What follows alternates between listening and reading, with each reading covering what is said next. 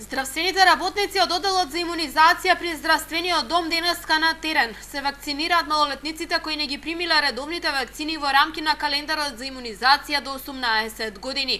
Од здравствениот дом велаат дека на локално ниво процентот на реализирана имунизација и понатаму е задоволителен и веле се еден од градовите со најголем број вакцинирани деца. Проблемот ни е кога децата ни се раѓаат во Скопје или во други градови или надвор од Македонија, се родило во странство и не доаѓаат да ги пријават кај нас. Но бидејќи ви велам дека таа соработка е искрено добра, патронажните веќе се сестри со искуство и со доста едукативни семинари поминати, они буквално го чешлат теренот како во градот, така и во селата. Значи одат до Јаболчиште се оди со патронажни сестри. Значи немаме оставено како најдалечно место, да кажам, од наша општина, од руралната средина.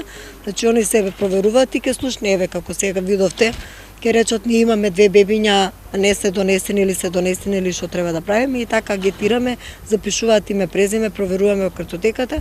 Едукативната кампања во рамки на Светската недела за имунизација се реализира под мотото "Заштити, спречи, вакцинирај".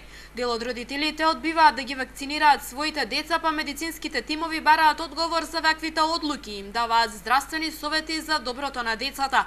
Македонија е една од земјите со највисок опфат на имунизација, освен за МРП вакцината, која од година во година ја примаат се помалку деца.